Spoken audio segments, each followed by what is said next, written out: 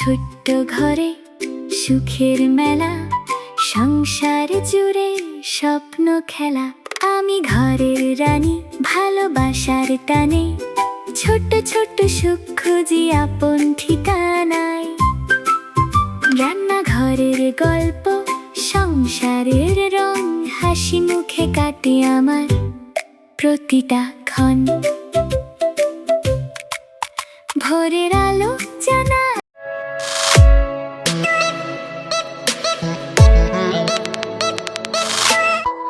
Hello everyone, আসসালামু আলাইকুম।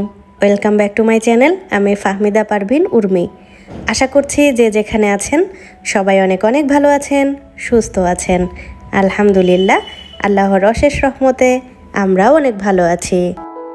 বরাবরের মতো নতুন আরও একটি ব্লগ নিয়ে হাজির হয়ে গেলাম, আর আশা রাখছি আমার আজকের এই ব্লগটিও আপনাদের কাছে খুব ভালো লাগবে।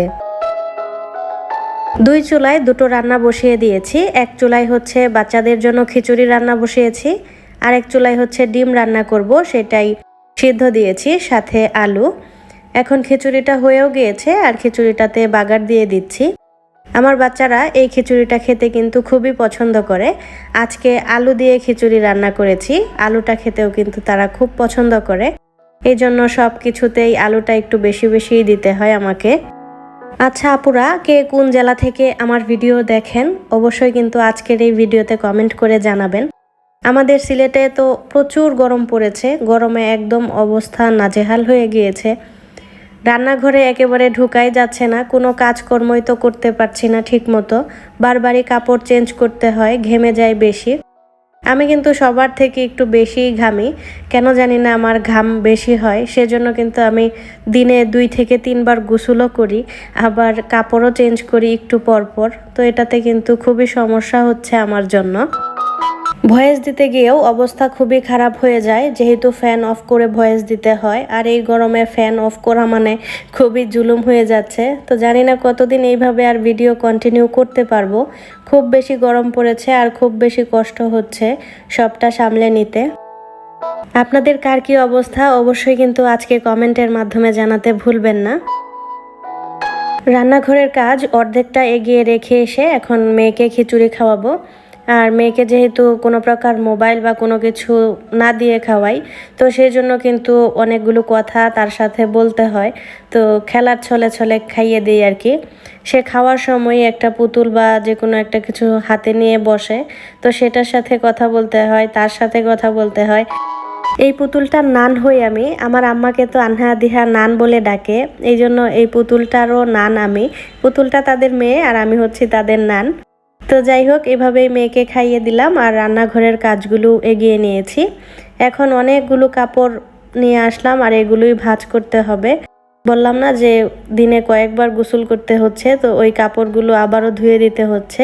আর এত এত করে কাপড় জমা হচ্ছে যে এইগুলো পরে ভাঁজ করতেও খুব কষ্ট হচ্ছে। যাই হোক, কাপড়গুলো ভাঁজ করে নিচ্ছিলাম, সেখানে একটা কাঁথাও ছিল। আর কাঁথাটা দেখেই হঠাৎই একজন আপুর একটা কমেন্টের কথা মনে পড়ে গেল। আপু দেখতে চেয়েছিলেন আমার কাঁথাগুলো।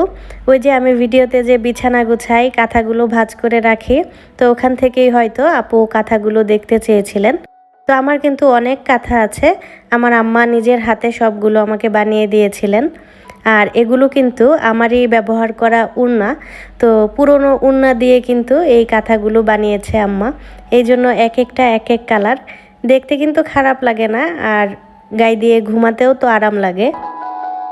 দেখবেন আমাদের ব্যবহার করা কামিজ, সেলোয়ার সেগুলো কিন্তু খুব তাড়াতাড়ি নষ্ট হয়ে গেলেও উড়নাগুলো কিন্তু এত তাড়াতাড়ি নষ্ট হয় না। তো আমি অনেকগুলো জমিয়েছিলাম আর সেগুলোই আম্মাকে দিয়েছিলাম। আম্মা অনেকগুলো কাঁথা আমাকে বানিয়ে দিয়েছেন। তো এই যে যা যা আছে সবগুলোই কিন্তু উড়না দিয়ে বানানো। এখন আমরা 4টা ব্যবহার করছি প্রতিদিন, আর অনেকগুলো আছে আমার, সেগুলো আমি তুলে রেখেছি। মেহমান আসলে বা হঠাৎ কোনো দরকার পড়লে বের করি, না হলে সেগুলো তুলাই আছে, কারণ প্রচুর বানিয়ে দিয়েছে আম্মা। তো সেগুলো দিয়ে আর কি করব, এতগুলো তো লাগে না, তাই তুলে রেখেছি। আর এটা মনে হয় আম্মা অন্য একটা কোনো কিছুতে বানিয়েছিল উড়না ছাড়া। তো এটাতে কিন্তু একটু ফুল এঁকে আবার ডিজাইনও করেছে। আমার আম্মার এরকমই, আম্মা যেটাই দেখবে সেটাতেই ফুল এঁকে এরকম ডিজাইন করবে। তো ওনার ধৈর্য অনেক বেশি। আমার যারা পুরনো ভিউয়ার্স আছেন তারা দেখেছেন আমার হাতে করা কাজগুলো। প্রত্যেকটা কাঁথা কালারফুল হওয়াতে কিন্তু দেখতে ভালোই লাগে, এক একটা এক এক রকম ডিজাইন, তো দেখতে কিন্তু খুব একটা খারাপ লাগে না। আর রাফ ইউজের জন্য এগুলো ঠিকই আছে বলে আমার মনে হয়। কয়েকদিন আগের ভিডিওতে যে আপু কমেন্ট করেছিলেন, কাঁথাগুলো দেখতে চেয়েছিলেন, আপুর জন্যই কিন্তু আজকে একটু কাছ থেকে কাঁথাগুলো দেখিয়ে দিলাম এবং কাঁথাগুলোকে নিয়ে ডিটেলস বলেও দিলাম। আশা করছি আপু ভিডিওটা দেখেছেন এবং কমেন্ট করে জানাতে ভুলবেন না কিন্তু। সবগুলো কাঁথা আমি এই ড্রয়ারটাতেই রেখে দেই। এটা হচ্ছে আমার বক্স খাটের ড্রয়ার, তো এখানেই কাঁথাগুলো রেখে দেই। আর প্রতি রাতে তো বের করে আমরা ইউজ করি, আবার সকালবেলা এখানেই রেখে দেই। তো মাঝে মাঝে তো ওয়াশিং মেশিনে ধুয়ে তারপরে শুকিয়ে নেই। এভাবেই কিন্তু এই চারটা ব্যবহার করছি। আমাদের ব্যবহার করা পুরনো এই উড়নাগুলো কিন্তু আমরা অনেক কাজে ব্যবহার করতে পারি। তার মধ্যে এই যে সুন্দর কাঁথাগুলো বানিয়ে নিয়েছে আমার আম্মা, সেগুলো কিন্তু অনেক কাজের, আমরা প্রতিদিন ব্যবহারও করছি। যেহেতু উড়নাগুলো প্রায় নতুনের মতোই ছিল, তো ওগুলো দিয়ে কিন্তু সুন্দর কাঁথাও হয়ে গিয়েছে। এখন সবগুলো কাপড় তো ভাঁজ করে নিয়েছি, চাদরটাও ভাঁজ করে নিয়েছি। আর আমি চাদর ভাঁজ করার সময় বালিশের কভারগুলো চাদরের মাঝখানে রেখে তারপরে ভাঁজ করে আমার এই ছোট্ট সোফাটাতে রেখে দেই।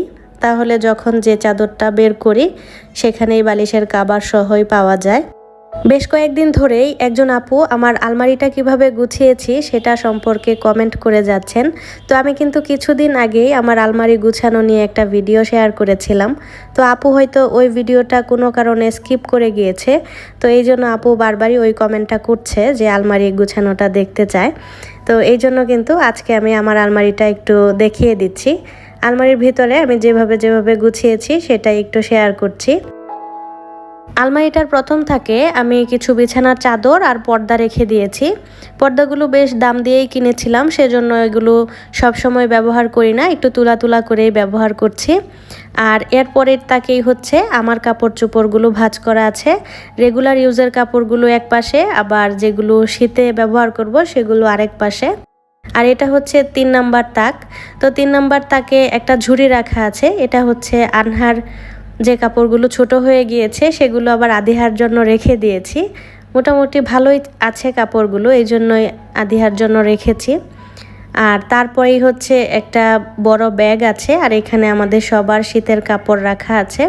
আর এই পাশে হচ্ছে ডাইনিং টেবিলের জন্য কিছু জিনিসপত্র রাখা, যেগুলো আমি একটার পর একটা উল্টিয়ে পাল্টিয়ে আর কি ডাইনিং টেবিলে ব্যবহার করি।